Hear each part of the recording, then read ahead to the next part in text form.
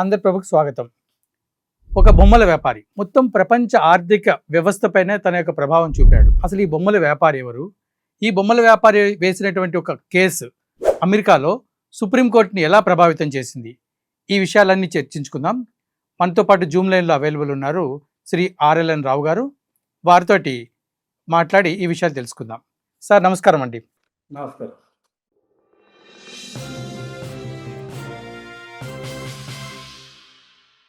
Sir ఇటీవల అమెరికాలో జరిగినటువంటి ఒక ఇన్సిడెంట్ మొత్తం ప్రపంచ ఆర్థిక వ్యవస్థ మీదే చాలా విపరీతమైన ప్రభావం చూపిస్తుంది. అదే టారిఫ్స్ మీద సుప్రీంకోర్టు ఇచ్చినటువంటి తీర్పు. అసలు ఈ తీర్పు ఎలా వచ్చింది? అసలు ఈ కేసు వేసింది ఎవరు? ఈ ప్రపంచ ఆర్థిక వ్యవస్థ మీద ఎలా ప్రభావితం అయింది? ఈ విషయాలు కొంచెం తెలియజేస్తారా మాకు? ఈ కేసు ఈ ఒక్క కేసు గురించి కాదండి, లెర్నింగ్ సొల్యూషన్స్ కేసు మీరు చెప్తున్నాను సార్. కాకుండా బంచ్ ఆఫ్ కేసెస్ ని ఒకేసారి అక్కడ అమెరికాలో టేకప్ చేసి ఆ బేసిక్ ఇష్యూస్ ఏమున్నాయన్నటువంటి దాని గురించి వాళ్ళు అక్కడ డిసైడ్ చేస్తారు. ఇండియాలో లాగానే ఒక ప్రముఖమైనటువంటి కేసు ఒక్కదాన్ని తీసుకుంటారు. దాంట్లో ఉన్నటువంటి మిగతా అన్ని కేసులు అన్నిటి ఒకేసారి బంచ్ చేసి దాంట్లో ఉన్నటువంటి లీగల్ ఇష్యూస్ ఏమిటి అనేటటువంటి దానికి అమెరికాలో ఇది. ఎందుకంటే అమెరికా యొక్క ఆర్థిక వ్యవస్థ, ట్రేడింగ్ వ్యవస్థ అనేటువంటి మొత్తం ప్రపంచంలో ప్రతి ఒక్క పెద్ద ఆర్థిక వ్యవస్థ ఉన్నటువంటి దేశాన్ని లింక్ చేసి ఉంటుంది కాబట్టి ట్రంప్ యొక్క టారిఫ్ అనేటటువంటిది మొత్తం ప్రపంచంలో ఒక ఆర్థిక వ్యవస్థ, పర్టికులర్ గా ఏ దేశాలు అమెరికాకి ఎక్కువగా ఎక్స్పోర్ట్ ఇంపోర్ట్ ట్రాన్సాక్షన్స్ ఎక్కువ ఉన్నాయో ఆ దేశాల యొక్క ఆర్థిక వ్యవస్థను బాగా ఎక్కువగా ప్రభావితం చూపుతుంది. కాబట్టి ఈ జడ్జిమెంట్ ఏదైతే వచ్చిందో ఇది ఖచ్చితంగా మొత్తం ప్రపంచ ఆర్థిక వ్యవస్థను అంతకు ముందు ఉన్నటువంటి నెగటివ్ ని మొత్తం అంతా క్లియర్ చేసి ఒక విధమైనటువంటి క్లారిటీ అనేటటువంటి ఇవ్వడం అనేటటువంటి జరిగింది. అయితే ఒకటేంటంటే ఇది వచ్చినటువంటి జడ్జిమెంట్ అనేటటువంటిది క్లియర్ కట్ గా ఉన్నటువంటిది, ఖచ్చితంగా ఉన్నటువంటి రూల్, జనరల్ గా అందరికి ఒప్పుకున్నటువంటి రూల్ నే కన్ఫర్మ్ చేశారు. ఇదేం కొత్తగా చూసినటువంటిది ఏం కాదు. ట్రంప్ అనేటటువంటి ఆయన ఇప్పటి వరకు విశృంఖలంగా ఏమైతే చేస్తాను, ఏ విధంగా అయితే టారిఫ్లు ఏమైనా చేస్తామనేటటువంటిది అది ఎటువంటి అధికారం లేదు అనేటటువంటి యుఎస్ సుప్రీం కోర్టు మొత్తం 9 జడ్జి పెంచారు. ఇక్కడ ఏంటంటే 9 మందే జడ్జెస్ ఉంటారు సుప్రీం కోర్టులో. ఆ సుప్రీం కోర్టులో 6-3 వరకు అంటే 6 మంది టారిఫ్ క్యాన్సిల్ చేస్తూ 3 మాత్రం అప్రూవ్ చేస్తూ అనేటటువంటి మేజర్ జడ్జిమెంట్ అనేటటువంటి వచ్చింది. క్లియర్ కట్ గా వన్ సైడెడ్ గా ఉన్నది. ఫండమెంటల్ క్వశ్చన్స్ లో బాగా క్లియర్ కట్ గా వన్ సైడెడ్ గా వచ్చినటువంటి జడ్జిమెంట్ అన్నమాట. ఈ జడ్జిమెంట్ అనేటటువంటి ఇంక దీనివల్ల మొత్తం ఇప్పటి వరకు ఉన్నటువంటిది ఒక విధమైనటువంటి అంతకు ముందు ఉన్నటువంటి ఇర్రెగ్యులర్ సిచ్యువేషన్ ని కొంతవరకు క్లారిటీ అనేటటువంటి తీసుకొని వస్తుంది. ఇప్పుడు ఈ కేసు ఫైల్ చేసిన అతను అసలు ఏమని వేశాడు సార్ కేసు? అంటే ఇక్కడ రెండు మెయిన్ గా ఉన్నటువంటిది ఏంటంటే US emergency economic powers act కింద 1977 లో ఉన్నటువంటి చట్టం ప్రకారంగా ఈ టారిఫ్స్ వేశారు. ఆ చట్టంలో ఉన్నటువంటి దానికి ఉన్నటువంటి ఇదేంటంటే దానిపై టారిఫ్ వేయడానికి పవర్ ఉందా లేదా అనేటటువంటిది ఉన్నది. యుఎస్ కాన్స్టిట్యూషన్ ప్రకారంగా కాంగ్రెస్ అంటే అక్కడ లెజిస్లేచరు, ఎగ్జిక్యూటివ్, జ్యుడిషియరీ 3 మనకంటే ఎక్కువ డివిజన్ ఉంటుందా. ఈ 1977 యాక్ట్ ప్రకారంగా రెగ్యులేట్ చేయడానికి, ఇంపోజ్ చేయడానికి వాటికి పవర్ ఉన్నా. అంతేగాని యుఎస్ కాన్స్టిట్యూషన్ ప్రకారంగా యుఎస్ కాంగ్రెస్ ట్యాక్సెస్ ఇంపోజ్ చేయగలదు కానీ యుఎస్ ప్రెసిడెంట్ ట్యాక్స్ లేదు, దానికి లేదు, ఆ పవర్ లేదు అసలు. సో క్లియర్ కట్ గా లెజిస్లేచర్ కే మాత్రమే పవర్ ఉంది, యుఎస్ కాంగ్రెస్ కే. అదొకటి క్లియర్ కట్ గా ఉన్న దాని వల్ల ఏమవుతుంటే అది మెయిన్ గా తీసుకున్నాం. ఇంకొకటి ఏంటంటే ఈయన ఏం చేశాడంటే టారిఫ్ దీంట్లో మైనర్ డీవియేషన్స్ ఏమన్నా ఉన్నటువంటి విధంగా చేసినట్టున్నది. కానీ సుప్రీంకోర్టులో దీనికి అగెనిస్ట్ గా చేసినట్టు ఆర్గ్యూ ఏంటంటే మేజర్ లీగల్ పొజిషన్ అనేటటువంటి దాని ప్రకారంగా ఈ జడ్జిమెంట్ వచ్చింది. కానీ దానివల్ల మళ్ళీ దీన్ని ఇంకా క్లారిఫై చేసేది ఉండదు. క్లియర్ కట్ గా టారిఫ్స్ వేయడం అనేటటువంటిది ఆ పవర్ ప్రెసిడెంట్ ఉందా ఈ చట్టం ప్రకారం లేదా అన్నది చాలా పెద్ద లీగల్ క్వశ్చన్ అయింది. కాబట్టి ఆ పెద్ద లీగల్ క్వశ్చన్ అయింది కాబట్టి ఇది ఖచ్చితంగా కొట్టేయాలన్నటువంటి చేశారు. అయితే ఇప్పుడు ఈ టారిఫ్స్ విషయంలో గత సంవత్సరం నుంచి అందరూ బాధపడుతున్నారు, అన్ని దేశాలు అపోజ్ చేస్తున్నాయి. ఇండియా కూడా చాలా కాలం ఆపి ట్రేడ్ డీల్ తీసుకుంది, అది కూడా తగ్గితే. సో ఇంత పెద్ద వ్యవహారాన్ని ఒక సుప్రీంకోర్టు ఎలా క్లియర్ చేయగలిగింది? అంటే క్లియర్ చేయదంటే ఒక ఫుల్ స్టాప్ అయితే పెట్టగలిగింది కదా. సో అది అసలు అసలు అమెరికా వ్యవస్థలో ఇది ఎట్లా జరిగింది? అసలు ఆ వ్యాపారి ఎవరైతే మన పేరు వస్తుందో అసలు అతను ఎవరు? ఎలా వేశాడు కేసు? అంటే ఇక్కడ ఒక్కరని కాదు. ఇక్కడ మల్టిపుల్ కేసెస్ ఉన్నాయి. సార్. మల్టిపుల్ కేసెస్ ఉన్నటువంటి వాళ్ళు రైజ్ చేసినటువంటిది ఆ సొల్యూషన్స్ ఒకదానికి ఇంకోటి 2 కేసులు మెయిన్‌గా పేరొస్తున్నాయి గానీ, మల్టిపుల్ కేసెస్ ఫైల్ చేశారు. మనకి సార్. కోర్టు వీళ్ళందరూ ఉన్నాయి. మనకి ఓన్లీ ఒక పేరు మాత్రమే బయటకొస్తుందన్నమాట. మల్టిపుల్ ఫైలింగ్ అనేటటువంటిది మాత్రం జరిగింది. జరిగింది. ఈ జరిగినటువంటి దానికొచ్చినప్పుడు క్లియర్ కట్‌గా ఆ డివిజన్ ఏదైతే ఉందనేటటువంటిది 2 ఉన్నాయి. సార్. 1977 యాక్ట్ వరకు ఉన్నటువంటి దాన్ని క్లియర్‌గా చేశారు. హ్మ్. అయితే ఏంటంటే, అంతకు ముందుగా ఉన్నటువంటి ట్రేడ్ యాక్ట్‌లో 1974లో ఉన్నటువంటి ట్రేడ్ యాక్ట్ ప్రకారం చేసేటటువంటి దాంట్లో గాని, హ్మ్. 324లో ఉన్నటువంటిది గాని కొన్ని వరకైతే కొంత కొనసాగుతాయి. హ్మ్. ఇది మనకొచ్చినటువంటి రిలీఫ్ ఏదైతే ఉందో హ్మ్. 150 డేస్ వరకు కూడా ఒక రిలీఫ్ అయితే వచ్చింది. సార్. ఇటైతే సుప్రీం కోర్టులో ఓడిపోగానే హ్మ్. ఈయన మళ్ళీ పివిట్ చేశారన్నమాట. పక్కకెళ్ళి ట్రంప్ ఏం చేశాడంటే సార్. 124 కింద సర్చార్జ్ అనేది ఇంపోజ్ చేసింది. సార్. ఎప్పుడైతే సర్చార్జ్ వచ్చిందో ఆ 10% సర్చార్జ్ తీసుకొని వచ్చి పెట్టాడు. సార్. హ్మ్. ఆ 10% ఆ సర్చార్జ్ వచ్చేటటువంటిది 150 రోజులకు మాత్రమే లిమిటెడ్ అప్లికేషన్ ఉంది. సార్. ఈ లిమిటెడ్ 150 డేస్ అయిపోగానే మళ్ళీ దాన్ని రీఇంపోజ్ చేయడానికి ఇప్పుడు పవర్‌లో లేదు. హ్మ్. ట్రంప్‌కి పవర్‌లో లేదు. హ్మ్. అప్పుడు మళ్ళీ ఇప్పుడు యూఎస్ కాంగ్రెస్‌కి వెళ్ళి అప్రూవల్ తెచ్చుకోవాల్సి వస్తుంది. అప్రూవల్ తెచ్చుకోండి. ఓకే. అది వచ్చేటటువంటిది అయితే కాదు. హ్మ్. ఇంకోటి కూడా ఏంటంటే ఇప్పటి వరకు చైనా ఇంపోజ్ చేసినటువంటివి చైనాకి వ్యతిరేకంగా ప్లస్ స్టీల్‌కి వ్యతిరేకంగా అంతకు ముందు ఉన్నటువంటివి అయితే హ్మ్. యుఎస్ ట్రేడ్ యాక్ట్ కింద 1974 యాక్ట్ కింద ఉన్నటువంటి ఇంపోజిషన్స్ ప్లస్ చైనా వాళ్ళ మీద ఇంపోజ్ చేసినవి ఇవన్నీ కొనసాగుతాయి. సార్. ఓన్లీ ఇప్పుడు వచ్చినటువంటి దాంట్లో ఉన్నటువంటిది 1977 ఉన్నటువంటి దాని మాత్రం ఉంది. సార్. ఇప్పుడు ట్రంప్ మనల్ని ఏమైనా బెదిరిస్తున్నాడు ఏంటంటే హ్మ్.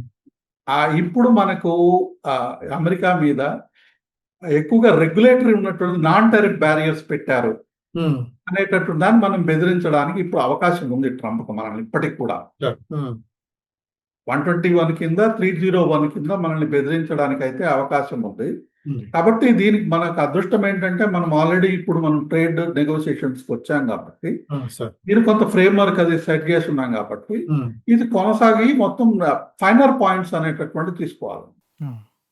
కాబట్టి మనం చైనాతో పోల్చుకున్నట్టయితే మనం బెటర్ పొజిషన్‌లో ఉంటాము. సార్. చైనా మీద ఇప్పుడు ఉన్నటువంటి దాంట్లో ఓన్లీ రీసెంట్‌గా ఫెంటనాల్ ఇక్కడికి ఇంపోర్ట్ చేస్తున్నారు మీరు అనేసి ఒక 20% టారిఫ్ వేశారు. హ్మ్. ఇది 1977 యాక్ట్ ప్రకారం. అది పోతుంది. కానీ అంతకుముందు ఫస్ట్ టర్మ్‌లో ట్రంప్ వేశాడు. ఆయన ఫస్ట్ టర్మ్‌లో. తర్వాత ఆయన వెళ్ళిపోయిన తర్వాత బైడెన్ గవర్నమెంట్ ఏమేసిందో అవన్నీ కొనసాగుతాయి. మిగతా కంట్రీస్ మీద 20% ఇవన్నీ వేసినవి కూడా కొన్ని కొనసాగుతాయి. ఎందుకంటే ఇది ఇంతకు ముందు చట్టం ప్రకారం వేసింది. సార్. కాబట్టి మనం when compare to China, when compare to Vietnam మనకు అడ్వాంటేజెస్ పొజిషన్‌లో ఉంది. సార్ అయితే ఇప్పుడు ఇంతకుముందు మనం 50% నుంచి 18% తీసుకొచ్చాడు కదా సార్. సో ఇప్పుడు ఈ జడ్జిమెంట్ వల్ల మన ఇండియా పరిస్థితి ఏంటి సార్? ఎట్లా ఉండబోతుంది? ఇప్పుడు ఈ జడ్జిమెంట్ వల్ల 18% కూడా మనం కట్టాల్సిన అవసరం లేదు. అవసరం లేదు. అవసరం లేదు. హ్మ్. కానీ ఆయన మొత్తం ప్రపంచం మీద చేసినటువంటి 1974 చట్టం ప్రకారం అయితే హ్మ్. అది దానికి 150 నేను ఇందాక చెప్పినట్టుగా 150 రోజుల పోయిందన్నమాట. ఓకే. అది అయితే ఒక దాంట్లో ఉన్న ఇబ్బంది ఏంటంటే అది నాన్ డిస్క్రిమినేటరీ. అది ఓన్లీ ఫారెన్ ఎక్స్చేంజ్ క్రైసిస్ టైంలో ఎమర్జెన్సీ పవర్స్ కింద కానీ దేశం మొత్తం ప్రపంచం మీద వేయాలి. సార్. ఇప్పుడు ఈయన మనం అది కాబట్టి మనకు వచ్చినటువంటి డిసడ్వాంటేజ్ అందరికీ ఉంది. కాబట్టి ఆ డిసడ్వాంటేజ్ ఉంది. కాబట్టి ఇది కొంత టెంపరీగా ఉంటుంది. మనకి ఇక్కడ అడ్వాంటేజ్ ఏంటంటే మన ట్రేడ్ డీల్ మనం ఫ్రేమ్వర్క్ అగ్రి చేసింది ఫిబ్రవరి 2వ తేదీ 3వ తేదీ అగ్రి అవును చేసి సార్. మనకు బయటకు వచ్చింది. హ్మ్. ఇది 21వ తేదీ వచ్చింది. కాబట్టి మనం ఏం చేసామంటే ఈ 18% మాక్సిమం అనేది లాక్ చేసి పెట్టాము. ఓకే. కాబట్టి మనం ఇప్పుడున్న దానికి 18% ఇది 15% మనం నెగోషియేట్ చేసుకోవచ్చు. హ్మ్. అదే కాకుండా ఈ ఫ్రేమ్వర్క్ లో అంతకుముందు జీరో కూడా కొన్ని ప్రోడక్ట్స్ ఇచ్చున్నారు. సార్. అవి కొనసాగుతాయి. హ్మ్. ఇప్పుడు ఏంటంటే బ్రాడర్ ఫ్రేమ్వర్క్ లో మనం నెగోషియేట్ చేసి ఫైనల్ పాయింట్ నెగోషియేట్ చేసి కోటాస్ అవి అగ్రీ చేయడానికి హ్మ్. వీటికి మనకు కొంత లివరేజ్ వస్తుంది. సార్. రెండోది ఏంటంటే మనం వాళ్ళ దగ్గర నుంచి ఏదో $500 బిలియన్ కొంటాము అన్నటువంటిది అన్నాము. అది యాక్చువల్గా ట్రీటీలో వస్తుందా లేదా ఇంకా ఎందుకంటే యాజ్ ఆన్ టుడే ఓన్లీ ఫ్రేమ్వర్కే అయితే సార్. అదొకటి చూడాలి ట్రీటీలో వస్తుందో లేదా అన్నది.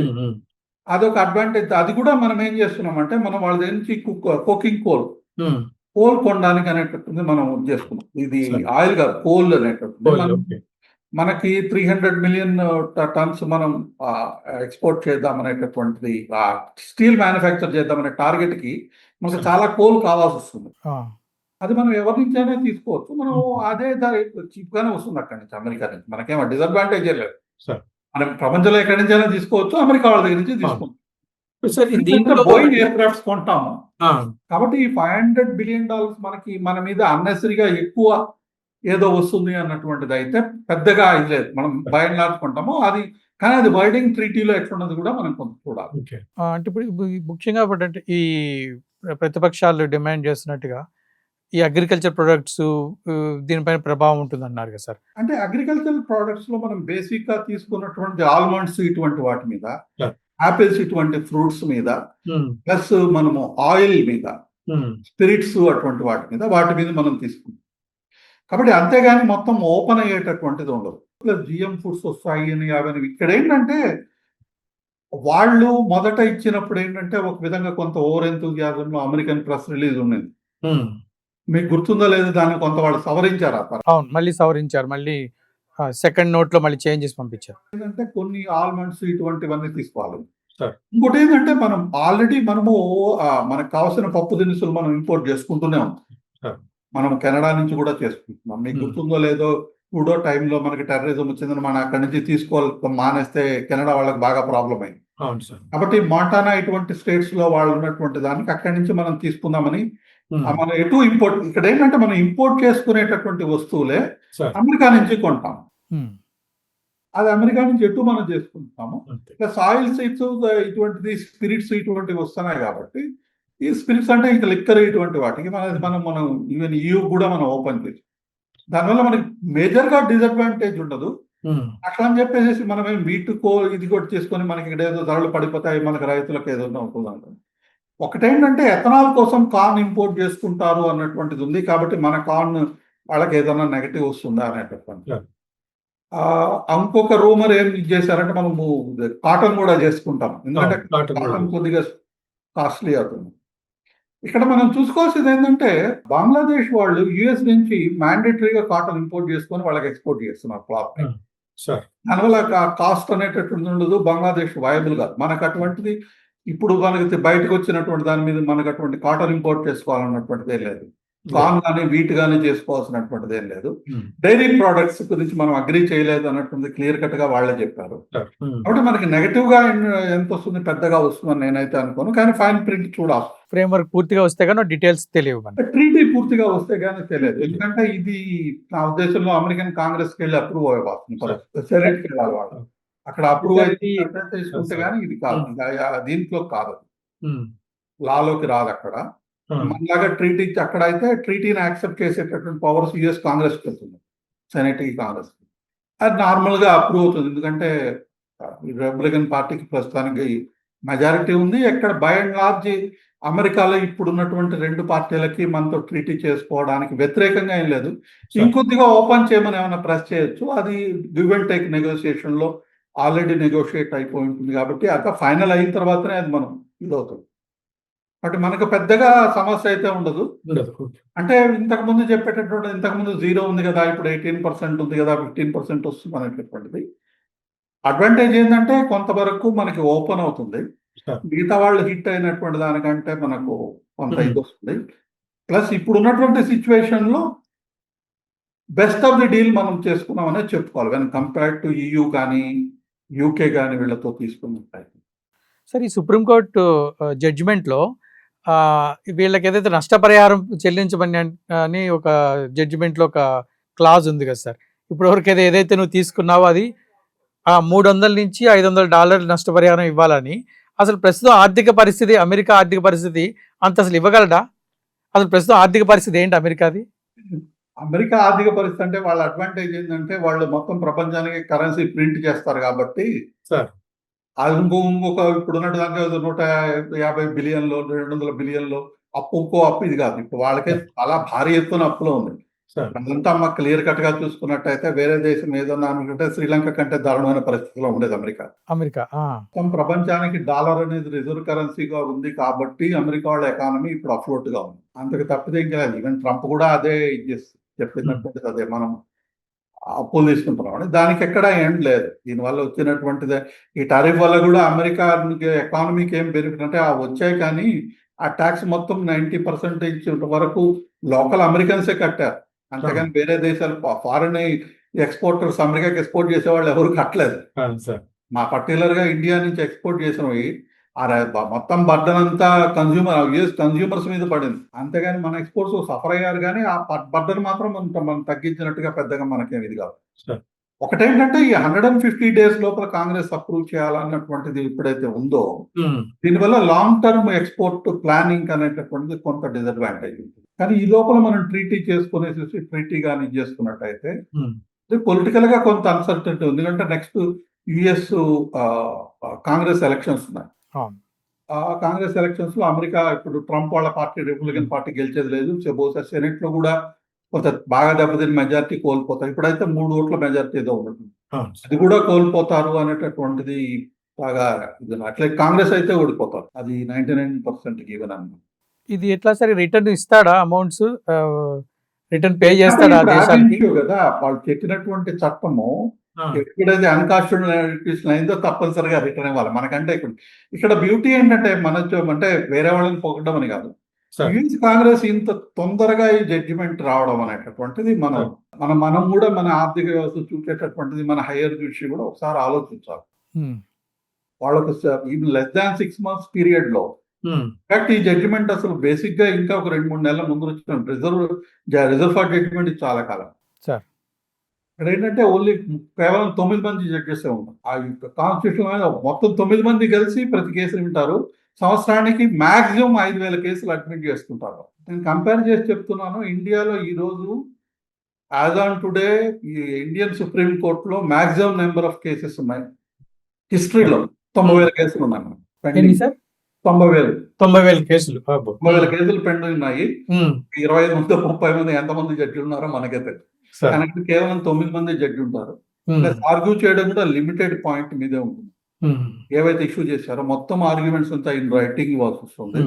నార్మల్ కేసెస్ లో 30 minutes కంటే మీకు ఆర్గ్యూ చేసేదానికి టైం ఉండదు. ఆర్గ్యుమెంట్ కూడా మోస్ట్ ఆఫ్ ది టైం వాళ్ళు క్వశ్చన్స్ అడిగితే మనం ఆన్సర్ చెప్పాల్సి ఉంది. పర్టికులర్ గా యూఎస్ కాంగ్రెస్ లో ఎవరైనా 4-5 కేసులు వాళ్ళ మొత్తం లైఫ్ టైమ్ లో ఆర్గ్యూ చేస్తుంటే వాడు చాలా పెద్ద అడ్వకేట్ కింద లెక్క అమెరికా. ఇప్పుడు చేసినటువంటి ఆయన కూడా ఇండియన్ నీల్ అనేటటువంటి అతను ఇండియన్ బ్యాక్గ్రౌండ్ ఉన్నటువంటి ఆయన. కాబట్టి అక్కడ జుడిషియరీ అనేటటువంటిది బిజినెస్ దానికి క్లారిటీ ఇవ్వడం అనేటటువంటిది, కన్సిస్టెంట్ ఇవ్వడం అనేటటువంటిది ఎట్లా ఉంది అనేటటువంటిది, దానివల్ల ఏంటంటే బిజినెస్ ఎన్విరాన్మెంట్ ఇంప్రూవ్ అవుతుంది, లీగల్ కన్సిస్టెన్సీ ఉంది. ఇప్పుడు దీన్ని మళ్ళీ అపోజ్ చేసి దీనిపైన మళ్ళీ ఆర్గ్యుమెంట్స్ నడిచే అవకాశం ఉందా సార్? అది ఇంకా లేదు. ఈ ఇష్యూ మీద సెటిల్ అయ్యింది. ఇంకా మళ్ళీ ఆయన వేరే చట్టం మీద, నేను ఇందాక అన్నట్టుగా యుఎస్ ట్రేడ్ యాక్ట్ మీద వాటి మీద వెళ్తే ఇంకా దాన్ని మళ్ళీ చేస్తానని ఫైట్ చేస్తానని అనుకోవడానికి లేదు. ఎందుకంటే మళ్ళీ 150 days ఇంపాక్ట్ కాబట్టి అది పెద్దగా దాని మీద వెళ్తాను లేదు. కానీ ఇప్పుడున్నటువంటిది ఏంటంటే ఈ జడ్జిమెంట్ అనేటటువంటిది చాలా స్ట్రాంగ్ జడ్జిమెంట్ అన్నమాట. ముగ్గురు ఈయన అపాయింట్ చేసినటువంటి జడ్జెస్ కూడా ఈయనకి అగెనెక్ట్ గా, దాంట్లో ముగ్గురిని ఈయన అపాయింట్ చేశాడని చెప్పేసాను. కానీ కెవనా వీళ్ళందరూ వ్యతిరేకం చేశారు. జస్టిస్ కెవనా, జస్టిస్ థామస్, ఇంకా ఆల్టో అంట ముగ్గురు అగెనెక్ట్ చేశారు. కానీ ముగ్గురు ఎవరైతే లిబరల్ జడ్జెస్ ఉన్నారో వాళ్ళందరూ ఈయనకి అగెనెక్ట్ చేశారు. జస్టిస్ రాబర్ట్ చీఫ్ జస్టిస్ రాశాడు ఈ జడ్జిమెంట్. ఆయన ఇంకిద్దరు జడ్జెస్, ఐ థింక్ జస్టిస్ ఒక లేడీ ఇంకొక ఎవరో ఉండాలి, వీళ్ళిద్దరు యాక్చువల్ గా ట్రంప్ అపాయింట్ చేస్తున్నాడు. జస్టిస్ రాబర్ట్ కాదు, కానీ జస్టిస్ రాబర్ట్ గారు చాలా కాలం నుంచి ఉన్నారు. వీళ్ళిద్దరు అయితే ట్రంప్ అపాయింట్ చేసినట్టు వీళ్ళు కూడా అగ్రెట్ చేశారు. బేసిక్ గా ఏంటంటే on the face of it మనం చూస్తేనే అది అన్కాన్స్టిట్యూషన్. అమెరికన్ కాన్స్టిట్యూషన్ ప్రకారంగా ట్యాక్స్ వేసేటటువంటి పవర్ యుఎస్ కాంగ్రెస్ కే ఉంది, అంతేగాని ప్రెసిడెంట్ కి లేదు. క్లియర్ కట్ అన్న సార్. మరి దీన్ని ఇంత చిన్న విషయాన్ని ఎట్లా మిస్ అయ్యాడు ట్రంప్? అంటే ఏంటంటే ఈయన ఏమనుకున్నాడంటే ఆ ట్రేడ్ రెగ్యులేట్ చేసేదానికి వాటికి పవర్ ఉంది. ఆ 77 యాక్ట్ రెగ్యులేట్ చేసేటటువంటి దాంట్లో ఇది కూడా కలుస్తుంది అనేటటువంటి పవర్ నాకు ఉంది అనేటటువంటిది ఆయన అంటాడు. కానీ దీని మీద మేజర్ గా క్వశ్చన్ డాక్టర్ ఒకటి తీసుకొని వచ్చింది. ఈ జడ్జిమెంట్ లో కూడా ఐ థింక్ ఎక్స్టెన్సివ్ గా డిస్కస్ చేశారు. ఇదేమవుతుందంటే బిలియన్స్ ఆఫ్ డాలర్స్ మొత్తం ఎకానమీ చేసేటటువంటి లెవెల్లో ఉన్నటువంటి మేజర్ క్వశ్చన్ ఉన్నప్పుడు Sure. It is better that we have a legislation from the Congress నుంచి లెజిస్లేషన్ ఉండాలి. ఇదేదో ఒక ఏదో మైనర్ డీవియేషన్ ఉండి ఇటువంటిది ఏదైనా ఒక ఉన్నట్లయితే బహుశా ప్రెసిడెంట్ ఈ రెగ్యులేషన్స్ లో 77 యాక్ట్ లో ఏదైనా కొంత పక్కకి వెళ్ళే అవకాశం ఉందా లేదా అని అనుకునేవాళ్ళు. కానీ Sure. కానీ ఇది బేసిక్ ఏంటంటే చూడగానే కనిపిస్తున్నట్టు ఇది ట్యాక్స్ అనేది. టారిఫ్ అనేటటువంటిది ట్యాక్స్ వేసే పవర్ యుఎస్ కాంగ్రెస్ కే ఉంది, Sure. ప్రెసిడెంట్ కి లేదు. అక్కడ డివిజన్ వెరీ క్లియర్ అండి. అమెరికాలో క్లియర్ కట్ డివిజన్. అంతేగాని మనలాగా కొంత నోటిఫికేషన్ ద్వారా ట్యాక్స్ వేయడం ఇటువంటివి కొంత ఉండవు. కాబట్టి దాని ఆ క్లారిటీ అనేది ఇది క్లియర్ కట్ గా ఇంత అన్కాన్స్టిట్యూషనల్ అయ్యేసరికి దెబ్బతింది. సరే, ఈ 150 days తర్వాత అప్రూవల్ వచ్చే అవకాశం ఉందా దీనిపైన? అంటే దేని మీద అంటారు? ఇప్పుడు ఈ 15% ఏదైతే ట్యాక్స్ అగైన్ 150 days తర్వాత సర్చార్జ్ అనాలి, మళ్ళీ ట్యాక్స్ అన్నాడు. సర్చార్జ్ అంటాడు. సర్చార్జ్ అనాలి. ఓకే, ఇప్పుడు దీన్ని అప్రూవల్ తీసుకుంటాడు కదా సార్, కాంగ్రెస్ అప్రూవల్ తీసుకుంటాడు కదా. అది 150 వచ్చేటట్టు అవకాశం చాలా తక్కువ. అవకాశం చాలా తక్కువ. అయితే ఏంటంటే ఇప్పుడున్నటువంటి అన్సర్టెన్ సిచ్యువేషన్ లో యుఎస్ తో ఒక డీల్ క్లోజ్ చేయడం అనేటటువంటిది మనము ఎట్లా చేద్దాము, లేదా మొన్నటి వరకు మనం అనుకున్న జనరల్ ఐడియా ఏంటంటే పబ్లిక్ లో ఉన్నటువంటి ఐడియా ఈ మొత్తం మనకి యుఎస్ కాంగ్రెస్ ఎలక్షన్ 2020 దాకా వచ్చేదాకా కొంతవరకు డ్రాగ్ చేసి బెస్ట్ పాసిబుల్ డీల్ తీసుకుందాము అనేటటువంటిది ఉంటుంది. కాకపోయినట్లయితే మన వాళ్ళు బాగా స్ట్రాంగ్ గా నెగోషియేట్ చేస్తారండి. ఏ పార్టీ పవర్ లో ఉన్నా కానీ ఇండియా ఇంటర్నేషనల్ ట్రేడ్ నెగోషియేషన్స్ చాలా స్ట్రాంగ్. మరీ అంత నెగటివ్ గా చెప్పనేసి గవర్నమెంట్ నుంచి ఏదైనా వస్తే తప్పితే చాలా రేర్. అసలు మొత్తం హిస్టరీలో మీకు గుర్తున్నట్టయితే WTO నెగోషియేషన్స్ కానీ మిగతా వాటిల్లో కానీ మన ట్రాక్ రికార్డు మన ఇంట్రెస్ట్ మనం ప్రొటెక్ట్ చేసుకోవడం అనేది మనం చాలా స్ట్రాంగ్ గా చేస్తాం. అది ఏ గవర్నమెంట్ ఉన్నా చేసింది. మన చరిత్ర ఉంది. అది ఈ ఒక్క గవర్నమెంట్ అనే కాదు, ఈవెన్ అర్లియర్ గవర్నమెంట్ కూడా ఈవెన్ చిన్న బాగా మైనారిటీ ఉన్న గవర్నమెంట్స్ కూడా ట్రేడ్ నెగోషియేషన్స్ లో మనం స్ట్రాంగ్ గానే కృషి చేస్తాం. ఇప్పుడు ఈ రష్యా నుంచి ఆయిల్ కొనుగోలు చేసే దేశాల పైన మళ్ళీ టారిఫ్స్ అని అన్నాడు కదా.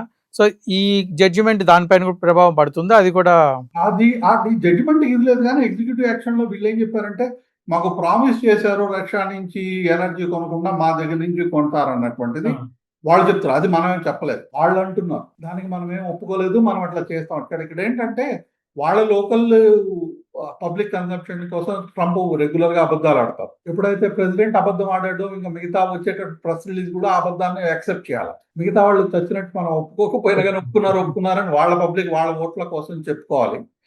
మనం $500 బిలియన్ అయితే తీసుకుందామని జనరల్ కమిట్మెంట్ ఇచ్చాం. అది ట్రీటీలో వస్తుందా దానికి అనేటటువంటిది మనకు ఖచ్చితంగా తెలియదు ఉన్నంత వరకు. ఒకవేళ అది వచ్చినా కానీ నేను నాకు చెప్పినట్టుగా కోల్ కానీ బోయింగ్ లాంటివి కానీ ఇటువంటివి కొనే ఆల్మోస్ట్ ఒక $80 to $100 బిలియన్ దాకా మనం చాలా బోయింగ్ ఎయిర్క్రాఫ్ట్స్ కొనే ఆల్రెడీ ఇది ప్రాసెస్ లో ఉంది. మనం కొత్తగా ఇప్పుడే వాళ్ళ దగ్గర తీసుకుంటున్నాం. అది మనం ఆల్రెడీ ఇస్తాము. ఈవెన్ అదర్వైజ్ కూడా అరౌండ్ $40 బిలియన్ మనం అక్కడి నుంచి తీసుకుంటున్నాం. రెగ్యులర్ గా కూడా మనకి ఇంపోర్ట్స్ ఉన్నాయి అమెరికా. బేసిక్ గా కెమికల్స్ ఇటువంటివి ఇండస్ట్రియల్ ఇవి ఉన్నాయి. వాటి మీద ఇంతకుముందు ఉన్నటువంటి ట్యాక్స్ తీసేద్దామని వాడు అడిగారు. అందుకంటే ఇంకేం.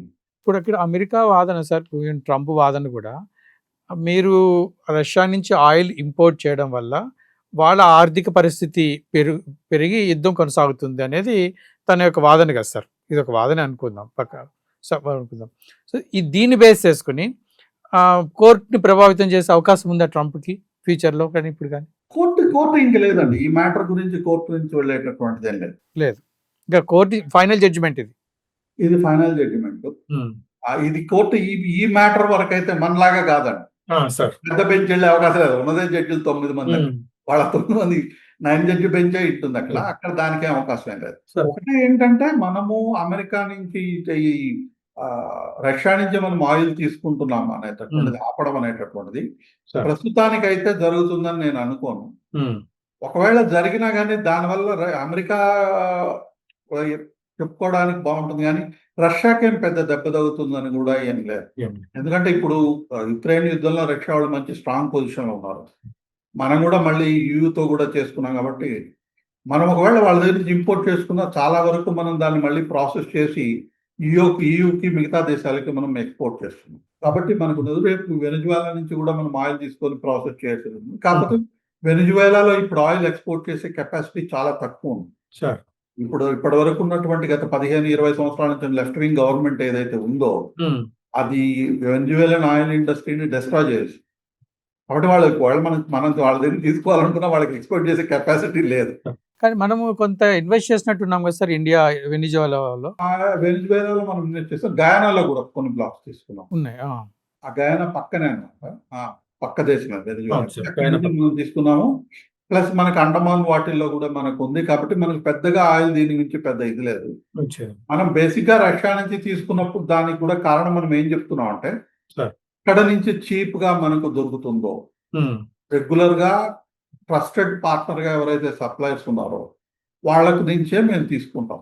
ఒకవేళ రష్యా నుంచి ధరలు ఎక్కువైంది అనుకోండి, మనం రష్యా నుంచి తీసుకోం. సార్. అంతేకాని అమెరికా వాళ్ళు చెప్తే రష్యా నుంచి తీసుకోకుండా ఉండే అవకాశం లేదు. రష్యా నుంచి మనకు చీప్ గా దొరుకుతుంది కాబట్టి మనం తీసుకుంటున్నాం. రేపు ఇంకెవరైనా అమెరికా రష్యా కంటే చీప్ గా ఇస్తానన్నది అనుకోండి, సార్. అమెరికా నుంచి తీసుకుంటాం. అప్పుడు అమెరికా వాళ్ళకి అడిగే హక్కు ఉంది. ఏమంటే మేము ట్రీటీ చేసాం కదా, మీరు వాళ్ళకంటే చీప్ గా ఇస్తున్నాం కదా అనేటటువంటి. అంతేగాని వాళ్ళు ఎక్కువ ధరకి ఇచ్చి మనకి చేయడం అనేటటువంటిది జరగదు. సార్ టోటల్ గా ఓవరాల్ గా ఈ ట్రంప్ యొక్క ఈ వ్యవహారం అనేది మీరు ఎట్లా చూస్తారు? ప్రేక్షకులకు ఒక బ్రీఫ్ గా చెప్పండి సార్.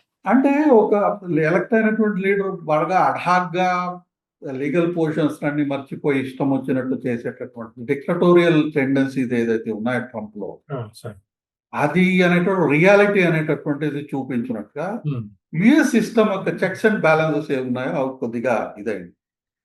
ఈ 1 year లో ఇతను మనకు కూడా ఏంటంటే మనకు కూడా ఒక రియాలిటీ చెక్ ఉంది. మన ఎక్స్పోర్టర్స్ కేవలం వెస్ట్రన్ యూరోప్ కి అమెరికాకి కాకుండా మొత్తం ప్రపంచం అంతా మనకు మార్కెట్ ఉంది. మనం బ్రెజిల్ తో కూడా ఇప్పుడు ట్రేడ్ డీల్ చేసుకున్నాం. అట్లాగనే ఆఫ్రికా, అర్జెంటీనా ఇటువంటి రకరకాల దేశాలతో మనం ఇప్పుడు వీఆర్ ఫోర్స్డ్ అనమాట ఈ ఒక్క మార్కెట్ మీద ఎక్కువగా డిపెండెంట్ కాకుండా. కాబట్టి మనకు ఉన్నటువంటి లెసన్ ఏంటంటే మనం ఈ మార్కెట్ గురించి ఎక్కువగా డిపెండెంట్ కాకుండా మొత్తం డైవర్సిఫికేషన్ చేసుకొని మల్టిపుల్ కంట్రీస్ తో ట్రేడ్ చేయడం అనేటటువంటిది మనం నేర్చుకోవాలి. దానికి మనం చేయాలి, దాని కెపాసిటీ మనం పెంచుకోవాలి. ప్లస్ ఈ రోజు కాకపోయినా రేపైనా కానీ మన అగ్రికల్చరల్ సెక్టర్ ని స్ట్రెంగ్తన్ చేయాల్సిన అవసరం ఉంది. స్ట్రెంగ్తన్ చేయాలి ఇన్ ద సెన్స్ దాన్ని కొద్దిగా లిబరలైజ్ చేసి ఫార్ములాస్ ఏవైతే అంతకుముందు విత్డ్రా చేశారో అటువంటి ఏదైనా తీసుకొని వచ్చి మనం ఇన్వెస్ట్ చేసి ఇచ్చేయకుండా. ఎందుకంటే గోయింగ్ డౌన్ ద లైన్ మనం ఎంతకాలం అగ్రికల్చర్ సెక్టర్ ని రియల్ గా మనం ప్రొటెక్ట్ చేయగలము, మన ఎకానమీ పెరిగే కొద్ది అనేటటువంటిది చూడాలి. మనకు చాలా ఇన్వెస్ట్మెంట్ ఒక అగ్రికల్చర్ సెక్టర్ లో అవసరం ఉంది, అది కూడా చేయాలి. ఇది లాంగ్ రన్. ఇప్పుడు అగ్రికల్చర్ దీనివల్ల అంటే టెక్నాలజీకి సంబంధించినటువంటి ముఖ్యంగా ఆ యంత్రాలు అవి ఎక్కువ ఇంపోర్ట్ చేసుకునే అవకాశం ఉందని అన్నారు. అది అగ్రికల్చర్ సెక్టార్ ఉన్నటువంటి అమెరికా నుంచి ఇంపోర్ట్ చేసుకునే అవకాశం లేదండి. ఎందుకంటే అవి మనకు ఉపయోగపడవు. అక్కడ ఒక్కొక్కటి వేల ఎకరాల్లో పెద్ద పెద్ద మిషన్లు, ఒక 2-3 బస్సుల్లాగా ఉన్నటువంటి మిషన్లు వచ్చి వేల ఎకరాలు ఒకేసారి కల్టివేట్ చేసేటటువంటి మిషన్స్ ఇండియన్ కండిషన్స్ లో ఎట్లుంటాయని మనం ఊహించుకోవచ్చు. అవి మనకు ఉపయోగపడవు. చిన్న చిన్న ఫార్మర్స్ ఎక్కువ శాతం మనకి అటువంటిది మన ఇండియాలో ఒక్కటి కూడా మనం నడపలేం. మన రోడ్లు సరిపో ఒక్కొక్కరికి 10 కార్పొరేట్ అగ్రికల్చర్ మనకు అది కాదండి. మనకి కాదు కాబట్టి మన యొక్క కండిషన్స్ వేరు, మనకి ఇది వేరు. అందుకనే మనం అమెరికా ప్రోడక్ట్స్ మన మార్కెట్ ని మొత్తం ఇచ్చేస్తాయని మనం అనుకోవడానికి లేదు. ఎందుకంటే మన కండిషన్స్ ఉన్నటువంటి ప్రోడక్ట్స్ వాళ్ళ దగ్గర లేవు సార్. అవి వాళ్ళు మ్యానుఫ్యాక్చర్ కూడా చేయటం లేదు. దీన్ని మనం ఎప్పుడైతే మన కండిషన్స్ తగ్గట్టుగా వాళ్ళు ఏదైనా ఇండస్ట్రియల్ ప్రోడక్ట్ ఏదైనా తీసుకొని వచ్చి అవి ఏమైనా ఉన్నట్టయితే అవి ఇక్కడ అమ్ముడుపోతాయి. కానీ అది లేకుండా మనం అమ్ముడుపోవడం అనేటువంటిది. ఈ కేసులో మనం ఇండియా వాళ్ళ 2-wheeler ఇంపోర్ట్స్ ఆఫ్రికాకి, చైనా వాళ్ళ 2-wheeler ఇంపోర్ట్స్ ఆఫ్రికాకి, ఈ ఒక్కసారి మనం అమెరికా వాళ్ళ ఒక్కసారి దీన్ని స్టడీ చేసినట్లయితే మార్కెట్ ఎట్లా క్యాప్చర్ చేయాలి అనేటటువంటి మనకు బాగా తెలుసు. ఇక్కడ ట్రంప్ ఒక మాట అన్నాడు సార్, నేను ఈ మనీ రిటర్న్ ఇవ్వకుండా గాజా పీస్ బోర్డుకి ఇస్తాను, మనీ రిటర్న్ ఇవ్వను ఈ దేశస్తులకు అనే ఒక మాట వినిపించింది సార్. ఎంతవరకు వాస్తవం అది? కానీ ఏదైనా అనొచ్చు అండి, కానీ ఇక్కడ చట్టం ఒప్పుకోవాలి కదా. నేను అదే చెప్పేది, టెండెన్సీలు గాల్లో మాట్లాడడం అనేటటువంటిది ఆయన మొదటి నుంచి చేస్తున్నాడు. ఇది ఇదే కొత్త ఏం కాదు. అందుకని ట్రంప్ ఏదన్నా అంటాడంటే దాన్ని పెద్దగా సీరియస్ గా తీసుకొని పార్లమెంట్ లో గలబాలి అలాంటివి ఆయన చాలా మాటలు మాట్లాడతాడు. అందులో 90% అబద్ధాలు ఉంటాయి సార్. ఏమి చేశాడు అన్నటువంటి చూడాలి కానీ ఏం మాట్లాడతాడు అన్నటువంటిది లేదు. బట్ మనం కొంత మనం ఏం చేసామంటే ఇటువంటి వాళ్ళని మనం పూర్తిగా ఇగ్నోర్ చేసాం. ఆ ఇగ్నోర్ చేయడం కంటే వాళ్ళకి పెద్ద అవమానం ఏం లేదు. మనం ఇగ్నోర్ చేసాము. ఇగ్నోర్ చేసి మాట్లాడుకుంటున్నాడు. ఓకే. మనం దాని మీద ఏం రెస్పాన్స్ ఇవ్వలేదుగా. అవును. ఆయన ఎన్నైనా చెప్పుకోవచ్చు. ఉమ్, మనమేం రెస్పాన్స్ ఇవ్వలేదు కదా. మనమేం రెస్పాన్స్ ఇవ్వలేదు కాబట్టి ఆయనకేమి లాభం లేదు. ఎందుకంటే రెస్పాన్స్ ఇచ్చినట్టయితే అది దాని గురించి ఆయన ఏదైనా మాట్లాడడానికి అవకాశం ఉంది. మనమే రెస్పాన్స్ ఇవ్వలేదు. దానివల్ల పెద్దగా ఏం లేదు. సార్ ఈ జడ్జిమెంట్ ఈ అమెరికా చైనా వాణిజ్య వ్యవస్థ దాని మీద ఎట్లా ఉంటుంది సార్? అంటే నేను ఇందాక చెప్పినట్టుగా నా ఉద్దేశం నాకు యాజ్ ఫర్ ఐ రిమెంబర్ ఫెంటనాల్ అనే ఈ డ్రగ్ గురించి అంటే పెయిన్ కిల్లింగ్స్, నిద్ర మాత్రలు లాంటివి. అవి యాక్చువల్‌గా అమెరికాలో ఈ డ్రగ్ ఓవర్ డోస్ అంటే ఈ టాబ్లెట్స్ అడిక్షన్ చాలా ఎక్కువ ఉంది. అమెరికాలో ప్రతి సంవత్సరం డ్రగ్ ఓవర్ డోస్‌కి 65,000 మంది చచ్చిపోతారు. ఉమ్, కనీసం. ఈ ఫెంటనాల్ డ్రగ్ అడిక్షన్ అనేటటువంటిది మొత్తం అమెరికాలో పర్టిక్యులర్‌గా రూరల్ ఏరియాస్, సెమీ అర్బన్ ఏరియాస్‌లో చాలా ఎఫెక్ట్ మిలియన్స్ ఆఫ్ ఫ్యామిలీస్ దీని మీద ఎఫెక్ట్ అయింది. సార్. ఈ ఫెంటనాల్ బేసిక్‌గా చైనా వాళ్ళు ఎక్స్‌పోర్ట్ చేస్తారు. ఉమ్, అది స్మగ్ల్ అయ్యి వస్తుంది కూడా వస్తుంది. లేకపోతే ఎక్స్‌పోర్ట్ అయ్యి వస్తుంది. ఇవన్నీ రకరకాలుగా వస్తుంది అది. ఉమ్, అది వాళ్ళు అక్కడి నుంచి తయారు చేసి మన మీదకి పంపిస్తున్నారని ఇదే 1977 యాక్ట్ కింద 20% ఏశారు. అదొక్కటే పోయింది. ఉమ్, అది కాకుండా అంతకుముందు స్టీల్ మీద వాటి మీద తర్వాత ఈవెన్ బ్యాటరీస్ మీద లిథియం బ్యాటరీస్ మీద వాటి మీద వేసినటువంటివి 2016 నుంచి ఉన్నటువంటి టెరిఫ్స్ ఏవైతే చైనా మీద ఉన్నాయో అవన్నీ కంటిన్యూ అవుతున్నాయి. సార్. ఈ మధ్య కాస్త గాల్లో 145% నేనేస్తానన్నది చూసారా? ఉమ్, దాన్ని వెనక్కి తీసుకున్నది. ఓకే.